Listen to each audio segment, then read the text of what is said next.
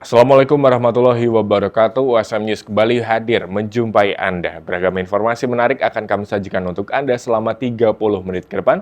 Bersama saya Pandu Chandra dan berikut USM News selengkapnya.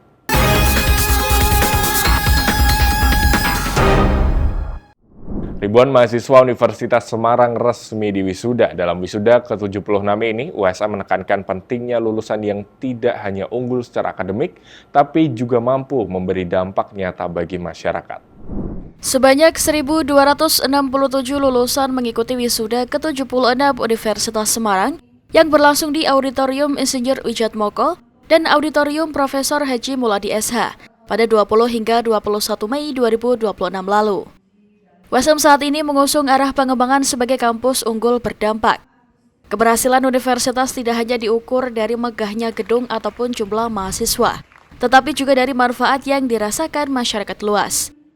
Dalam sambutannya, Rektor menegaskan bahwa wisuda menjadi momentum penting bagi perguruan tinggi untuk mencetak lulusan yang mampu memberikan kontribusi nyata di tengah masyarakat dan dunia kerja. Namun demikian, saya berharap adik-adik wisuda-wisudawati ini bukan hanya menjadi seorang adaptor, tetapi jadilah kreator. Ya.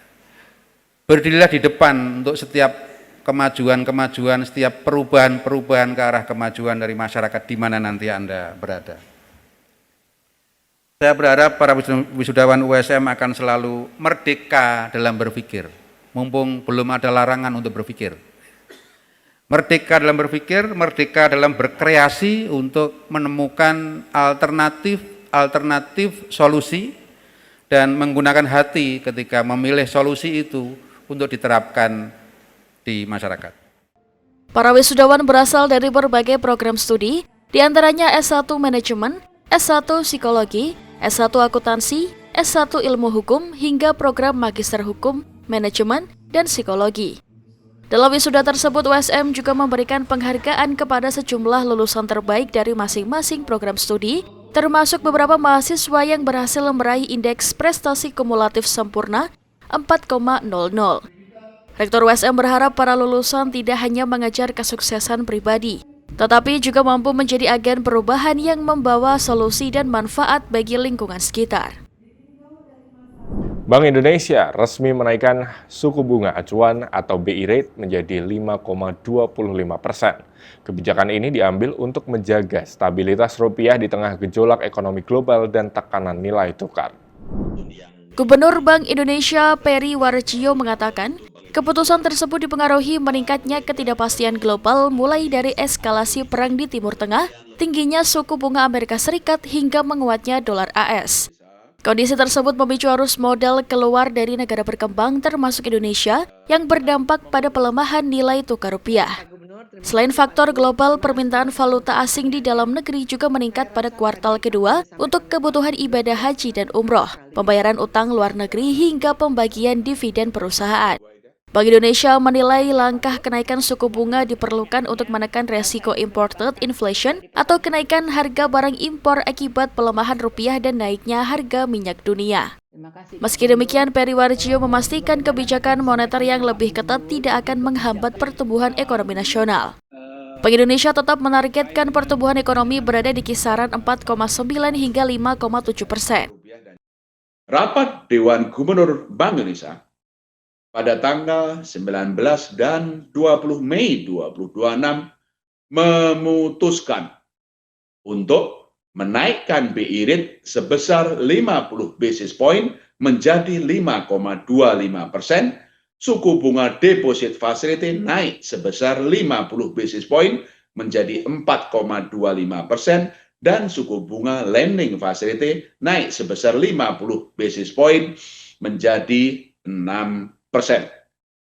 Kenaikan ini sebagai langkah lanjutan untuk memperkuat stabilisasi nilai tukar rupiah dari dampak tingginya gejolak global akibat perang di Timur Tengah, serta sebagai langkah preemptif untuk menjaga inflasi pada tahun 2026 dan 2027 agar tetap berada dalam kisaran sasaran 2,5 plus minus 1% yang ditetapkan pemerintah. Sejumlah ekonom menilai langkah BI sudah tepat untuk menjaga stabilitas rupiah, namun kenaikan suku bunga diperkirakan tetap memberi dampak pada sektor real seperti kredit, konsumsi, investasi, properti, hingga UMKM. Meski begitu, stabilitas ekonomi dinilai tetap menjadi syarat utama untuk menjaga pertumbuhan ekonomi nasional ke depan. Presiden Prabowo Subianto menyampaikan kerangka ekonomi makro dan pokok kebijakan fiskal RAPBN 2027 dalam rapat paripurna DPR RI di Jakarta baru-baru ini. Presiden menegaskan APBN menjadi instrumen yang penting untuk menjaga kesejahteraan rakyat dan pembangunan nasional. Dalam sidang tersebut, Presiden menyampaikan kerangka ekonomi makro dan pokok-pokok kebijakan fiskal sebagai dasar penyusunan RAPBN tahun 2027. Presiden Prabowo menegaskan APBN bukan sekedar dokumen keuangan negara, melainkan alat untuk melindungi rakyat dan memperkuat perekonomian nasional. Di tengah ketidakpastian global, pemerintah tetap optimistis menjaga pertumbuhan ekonomi dan kesinambungan pembangunan nasional. Saya memandang bahwa anggaran pendapatan dan belanja negara bukan sekedar dokumen keuangan negara. APBN adalah wujud dari alat perjuangan kita sebagai bangsa. APBN adalah alat untuk melindungi rakyat, alat untuk memperkokoh dasar-dasar dan sendi-sendi ekonomi bangsa, alat untuk memastikan setiap warga negara dapat hidup lebih sejahtera, dan sebagai alat untuk menjadi pedoman perjalanan kita ke depan. Dengan kesadaran itu, APBN kita susun sebagai bentuk komitmen bersama untuk mewujudkan cita-cita mulia yang telah diamanatkan dalam Undang-Undang Dasar kita, Undang-Undang Dasar tahun 1945. Pemerintah juga menegaskan fokus anggaran akan diarahkan pada sektor prioritas seperti ketahanan pangan, pendidikan, kesehatan, dan penguatan ekonomi rakyat. Sidang paripurna turut dihadiri pimpinan lembaga negara, jajaran Kabinet Merah Putih, serta pimpinan partai politik. Untuk meningkatkan kemandirian ekonomi karyawan, Perum Perhutani khususnya pada KPH Purwodadi Grobogan, Jawa Tengah, terus meningkatkan semangat produktivitas dan kemandirian ekonomi bagi karyawannya. Seperti yang dilakukan Administrator KPH Purwodadi bersama manajemen meninjau langsung usaha peternakan ayam petelur di lokasi tempat tinggalnya di kawasan Hutan Jati. Perhutani KPH Purwodadi terus mendorong semangat produktivitas dan kemandirian ekonomi bagi karyawannya. Salah satu bentuk nyata dukungan tersebut terlihat saat administrator bersama jajaran manajemen KPH Purwodadi meninjau langsung usaha peternakan ayam petelur milik Nur Ali, salah satu mandor polter BKPH Jatipohon yang berlokasi di Desa Sumbersoko, Kecamatan Sukolilo, Kabupaten Pati. Peternakan yang dirintis sejak 2015 hingga sekarang ini maju pesat hingga sekarang ini dan menjadi percontohan bagi karyawan yang lain. Sementara itu, Nur Ali mengaku bersyukur atas dukungan dan perhatian dari manajemen perhutani terhadap usaha yang telah ditekuninya selama lebih dari 1 dekade tersebut. Menurutnya, keberhasilan usaha tidak lepas dari dukungan keluarga dan kemampuan membagi waktu antara pekerjaan dinas dan usaha peternakan. Baru ngambilin telur ayam bagus. Harganya saat ini ya baru turun dari 26 sampai sekarang 300. Sebelumnya 26. Tangan ternak naik, jagung naik, katol naik saat ini. Sangat mendukung. Karena penghasil jagung terbesar itu dari perhutani. Jadi perhutani memang sangat mendukung masyarakat petani jagung, kemudian kami terdukung dengan adanya petani jagung. Dalam rangka ya kita sosialisasi masyarakat untuk itu, untuk jagung, untuk semuanya. Usaha peternakan ayam petelur yang dirintis Nur Ali sejak tahun 2015 tersebut kini berkembang pesat dengan populasi mencapai 4.500 ekor ayam petelur. Administrator KPH Purwodadi Untoro Trikurniawan menyampaikan apresiasi atas semangat dan ketekunan Nur Ali dalam mengembangkan usaha peternakan ayam petelur yang dinilai mampu menjadi inspirasi bagi karyawan lainnya. Kita berkunjung ke mandor kita, mandor perhutani KPH Purwodadi yang peternak ayam di salah satu kesibukan beliau sebagai mandor polisi. Alhamdulillah mandor tadi bercerita bahwasanya kegiatan beliau ini mendukung juga kegiatan MBG yang dicanangkan oleh Pak Presiden. Beliau sudah bekerjasama dengan SPBG tertentu menyetor setiap minggu 2 kali. Informasi yang kami terima, kendala yang didapatkan adalah harga pakan yang semakin meningkat di tengah naiknya mungkin suku bunga dolar yang ada. Harapannya apa yang dilakukan oleh beliau ini bisa menjadi inspirasi pada semua karyawan perhutani, pada khususnya dan karyawan yang lain, bahwa di tengah kesibukan tidak lupa bisa berbisnis dan bisa menopang penghasilan keluarga. Melalui dukungan terhadap usaha produktif, karyawan perhutani KPH Purwodadi berharap dapat mendorong tumbuhnya semangat kewirausahaan, meningkatnya kesejahteraan pegawai, sekaligus berkontribusi dalam mendukung ketahanan pangan dan program pembangunan nasional. Menjelang Idul Adha, hewan kurban jenis kerbau laris manis jadi pilihan warga di Kudus, Jawa Tengah. Kerbau menjadi pilihan warga untuk berkurban mengikuti tradisi Sunan Kudus yang melarang menyembelih sapi sebagai toleransi kepada penganut agama Hindu pada masa itu. Harga kerbau pun terpantau mengalami kenaikan 1 juta hingga 1,5 juta rupiah per ekornya dibanding hari biasa. Seperti terpantau di Pasar Hewan Kudus, Jawa Tengah, kurang sepekan jelang Hari Raya Idul Adha mulai ramai pembeli. Banyak warga mencari hewan kurban, utamanya jenis kerbau. Salah seorang warga Suparjo mengatakan sengaja memilih hewan kurban jenis kerbau karena sudah menjadi pilihan masyarakat di wilayah Kudus untuk berkurban. Hewan kurban jenis kerbau dipilih bukan tanpa alasan, namun sebuah tradisi yang diwariskan Sunan Kudus, salah satu wali songo penyebar agama Islam di Tanah Jawa yang melarang menyembelih sapi sebagai bentuk toleransi kepada umat Hindu kala itu. Tradisi tersebut pun masih dipegang erat oleh warga hingga saat ini. Dibanding hari biasa, harga kerbau untuk kurban kini alami kenaikan antara 1 juta hingga 1,5 juta per ekornya, tergantung ukuran dan kondisi hewan. Dua ini 48 buat kurban. Ya peminatnya masyarakat Kudus itu kerbau.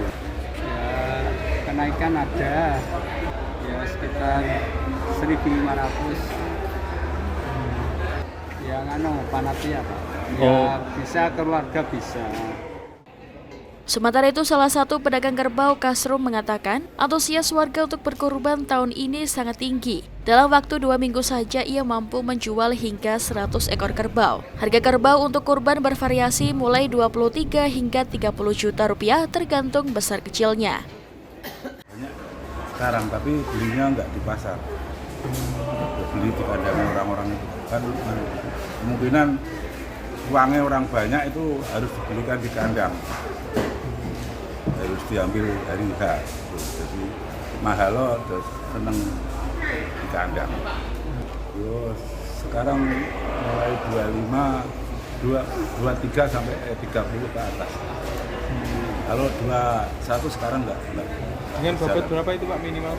Minimal 4 bintang. Banyak, ada 50-an. Kemarin 2 pasaran aku habis 100. 100 ya? 2 minggu. 2 minggu udah jual 100 ya? Tradisi memilih kerbau sebagai hewan kurban ini menjadi kekhasan masyarakat Kudus yang masih terjaga hingga sekarang. Sekaligus menjadi wujud toleransi dan warisan budaya religius di Kota Kretek. Dari Kudus, Eni Ayu Lestari, USM TV. Momen wisuda ke-76 Universitas Semarang tak hanya dirasakan oleh para lulusan dan keluarga, tetapi juga membawa berkah bagi para pedagang bunga di sekitar kampus.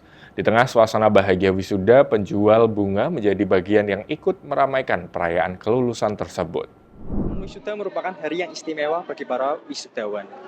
Namun, di balik ramainya kegiatan wisuda ke-76 Universitas Semarang, terdapat beberapa orang yang ikut meramaikan, yaitu para penjual bunga yang ada di sekitaran kampus. Sejak pagi, para pedagang sudah memadati sisi jalan di sekitar kampus. Mereka membawa berbagai jenis paket bunga dengan warna dan ukuran yang beragam untuk ditawarkan kepada keluarga wisudawan. Banyak dari mereka sengaja datang khusus saat acara berlangsung, dikarenakan permintaan bunga meningkat dibanding hari-hari biasanya.